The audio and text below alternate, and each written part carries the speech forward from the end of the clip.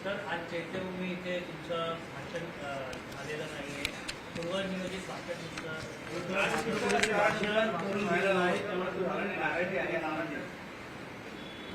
नाराजी आहे. कुणाची?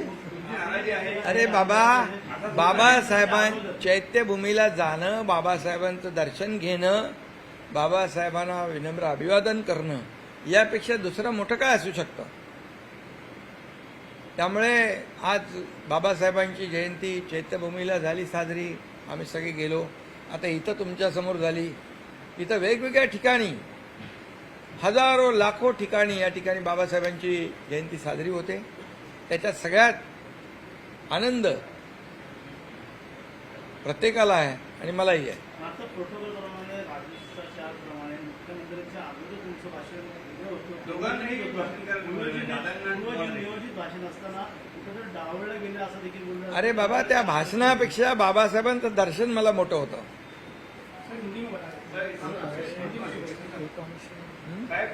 चंद्रकांत पाटील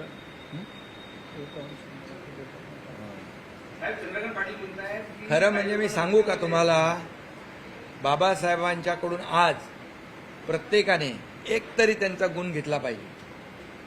आणि मी तर म्हणेल, मगाशी बाबासाहेबांना विनम्र अभिवादन करताना म्हणालो, बाबासाहेब तुमच्यातला एक अंश जरी दिला, एक अंश जरी मिळाला, तर या मनुष्य जीवन सार्थक होईल आणि समाजाची सेवा करायला ऊर्जा आणि प्रेरणा मिळेल. यापेक्षा दुसरं काय महत्वाचं.